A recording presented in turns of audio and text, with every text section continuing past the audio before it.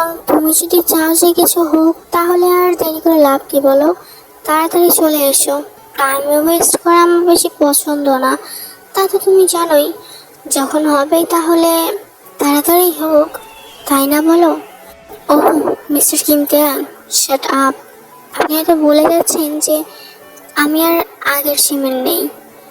আগের সিমেন যেমন আপনার ভালোবাসার জন্য বসে থাকতো, আপনার একটু ডাকে সাড়া দেবে বলে, এখন আর তা নেই। কিন্তু শুধু শুধু ভুল ভাবনা নিয়ে বেঁচে থাকবেন না, কারণ সেই জিমিনকে আপনি নিজ হাতে হত্যা করেছেন।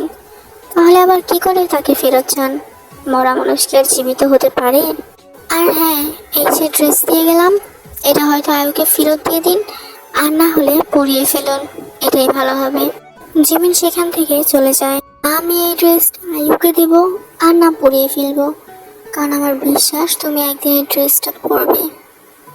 সেই দিন আমি দেখার জন্য থাকবো কিনা সেটাই ভাবার ব্যাপার, বুঝছো? কারণ বলা তো যায় না। আর আমার আলমারিতে কিনা যতগুলো কাপড় আছে না, সব তুমি একদিন পরবে। আমি জানি, আমি শিওর তুমি পরবে। আই এম সরি তোমাকে এতটা কষ্ট দেওয়ার জন্য, কিন্তু আমি যদি এমন না করি তাহলে তুমি যে মরে যাবে। আর আমি কি করে সেটা চাই বলো তো? কেন কেন তুমি এমন করো আমার সাথে? আমার সাথে যদি এমনটা না হতো, তাহলে আজকে রাতটা আমাদের অনেক সুন্দর হতো, যে রাতের জন্য আমি সবসময় অপেক্ষা করেছি।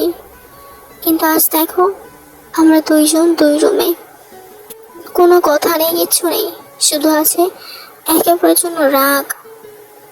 কিন্তু সেটা কেন হলো? শুধুমাত্র তোমার জন্য। আমি কি ভুল করেছিলাম? শুধু তোমাকে ভালোবেসেছি, এটাই আমার ভুল ছিল তো। আজকে থেকে আর তোমাকে ভালোবাসবো না। কিন্তু আমার বাচ্চা, আমি তো এটাও জানি না যে তুমি ওদেরকে কোনোদিন ভালোবাসবে কিনা। পরের দিন সকালে যেমন ঘুম থেকে উঠে ফ্রেশ হয়ে নিচে নামতেছে, বেডরুমের সামনে এসে দেখে বেডরুমের দরজা খোলা। যেমন ভেতরে ঢুকে এবং সব দিক দেখে বুঝতে পারে যেমন ভি ঘরে নেই। জিমিন নিচে যায়, সেখানেও ভিকে না দেখে বুঝতে পারে যে ভি বাড়িতেই নেই। জিমিনের মনটা একটু খারাপ হয় এবং সে ভেবে নেয় যে সে হয়তো বা আয়ুর কাছেই গেছে। তাই জিমিন নিজের মন মতো ব্রেকফাস্ট বানাতে চলে যায়। কিরে, এমন মন খারাপ করে বসে আছিস কেন? কি হয়েছে? ভাইয়া, তুমি এখন এখানে কি করে? কেন, বোনের বাসায় বুঝি ভাই আসতে পারে না? মানে ভির সাথে তোর বিয়ে হয়েছে বলে ভি তো আমাকে পছন্দ করেই না, তার মানে তুই এখন আমাকে অপছন্দ হতে শুরু করে দিয়েছিস, তাই তো? সত্যি তোর হাজব্যান্ড যাকে অপছন্দ করে তাকে তোর পছন্দ করার কোনো বিষয় নেই। ওহ ভাইয়া, তুমি কেন এরকম কথা বলছো বলো তো? আর আমি কি বলেছিলাম তোমাকে পছন্দ করি না? হঠাৎ চলে এসেছো তাই একটু বললাম। ভাবি, তুমি বসে তো, ভাইয়ের কথা শুধু। আরে তুই আবার আমাকে ভাবি বলতে শুরু করলে কবে থেকে? সম্পর্ক তো ভাবি হও, তাহলে আর কি বলবো? তাহলে তো তুমি আমার ভাবি হও, আমিও তোমাকে ভাবি বলে ডাকি। জিমি, তুমি না, আমি তোমার বয়সে ছোট না, তুমি আমাকে ভাবি বলে কেন রাখবে? কি ভি কোথায় রে? ভি তো বাইরে গেছে। এখন এই অবস্থায় তোকে রেখে বাইরে চলে গেছে? হ্যাঁ, আমি যেতে বলেছিলাম একটু দরকারে, চলে আসছো কিছুক্ষণ পরেই। তোমরা বসো না, আমি তোমাদের জন্য খাবার নিয়ে আসছি, পরে না হয় চটিয়ে আড্ডা দেওয়া যাবে। আর মা বাবার সবাই কেমন আছে ভাইয়া?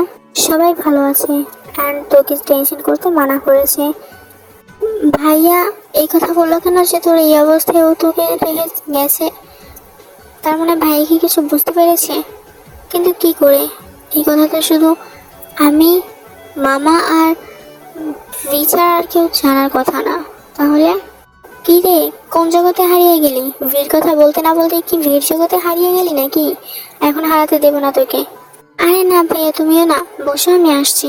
তারপর জিমিন কিচেনে চলে যায় এবং কিচেনে যেয়ে জিমিন ভিকে অনেকবার কল করে। কলার রিসিভ না হওয়ার কারণে জিমিন একটা মেসেজ করে দেয়। আর তখন ইউনজুন কিচেনে আসে। কোথায় গেছে ও? আরে আপু, তুমি তুমি এখানে আসতে গেলে কেন? তুমি ভাইয়ের সাথে বসো, আমি এখানে তোমাকে খাবার নিয়ে আসছি। আমি প্রশ্ন করেছি, ও কোথায় গেছে? সত্যি করে বল। আয়ুর কাছে? আরে না, তার কাছে কেন যাবে? এমনি একটু বাইরে গেছে। আর তুমি না এইসব কথাগুলো বন্ধ করো। এখন আমি তো স্ত্রী, সে আয়ুর কাছে কেন যাবে? আর আয়ু তো তার ফ্রেন্ড, তাই না? বিয়ে হয়েছে বলে বড় হয়ে গেছিস, নিজেকে সেটা মনে করছিস? ভুল মনে করছিস। আমি তোর ভাবি প্লাস তোর বড় বোন, বলে যাস না সেটা। ইয়ঞ্জন সেখান থেকে চলে যায়। জিমিন কিছুক্ষণ পর খাবার নিয়ে তাদের সাথে যেয়ে বসে এবং তার কিছুক্ষণ পর ভি হাতে একটা ব্যাগ নিয়ে বাড়ি ফেরে। আরে শালাব বাবু যে, তা কেমন আছো? আর এত সকালবেলা আমাদের বাড়িতে এবার কি? হুম, কারণ এখানে আমার বোন আছে, আর যাকে তাকে দিয়ে আমার আবার বিশ্বাস নেই। না শুনে আমার বোনকে কেমন রাখে, তাই একটু দেখতে আসলাম আমার বোনকে। আর এসে দেখলাম তার স্বামী তো বাড়িতেই নেই, সকাল সকাল চলে গেছে। তা কোথায় গিয়েছিলে? এ বাবা, আপনার বোন আপনাকে বলেনি যে আমি তো তার জন্যই বাজার করতে গিয়েছিলাম? উফ, তোমরা এসব বন্ধ করবে? সুবিন, এমন করছো কেন? এখানে বসো তো। আর তুই যা, তাড়াতাড়ি এগুলো রেখে আয় তো। আজ সারাদিন এখান থেকে খুব আড্ডা দিব। সারাদিন? কেন? ওই ছোট বাড়িতে বুঝি তোর ভালো লাগছে না? আর লাগবে কি করে? তুই তো আর ওইখানে থেকে অভ্যস্ত নই। অভ্যস্ত নই সেটা ঠিক বলেছিস, কিন্তু সেটা আমার হাজবেন্ডের বাসা, আর সেটাই আমার কাছে অনেক শান্তির জায়গা। তোদের এখানে আসছি বলে এইসব বলছিস তো? ওকে ফাইন, চলে যাচ্ছি। তোরা থাক না তোদের মতো। বাই। আরে আরে ভাইয়া ভাবি, রাগ করছো কেন? কোথায় যাচ্ছ? ওনার কথায় গায়ে দিও না।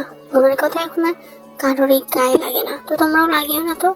এখানে চুপ করে বসো। এখানে তোমার বোন আছে, সেটা ভুলে যেও না। হুম, সেটা ভেবেই এসেছিলাম, কিন্তু এখানে যে আরেকজনও আছে, সে তো পুরো তোর মায়ের মতনই হয়েছে, তাই না? তাই ভুলে গিয়েছিলাম। সরি রে, আসছি। আমার আবার অনেক কাজও আছে। জিমিনা অনেকবার সুবিনার নিয়ন্ত্রণ কাটানোর চেষ্টা করে, কিন্তু তারা কেউই থাকে না। প্রবলেম কি আপনার? হ্যাঁ, এমন করলেন কেন?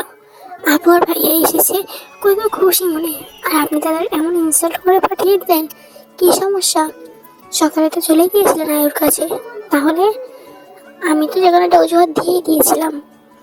ও তাই নাকি? তাহলে তোমার ফোন কেন করছিলে? আর মেসেজ বা কেন দিয়েছো যে তোমার ভাইয়া ভাবি এসেছে, তাড়াতাড়ি চলে আসতে? আপনিও তো রিপ্লাই দিয়েছিলেন যে আসবেন না, তাহলে কেন এসেছেন? কোথায় যাচ্ছেন বলার প্রয়োজন মনে করছি না। প্রয়োজন না মনে করলেও বলতে হবে।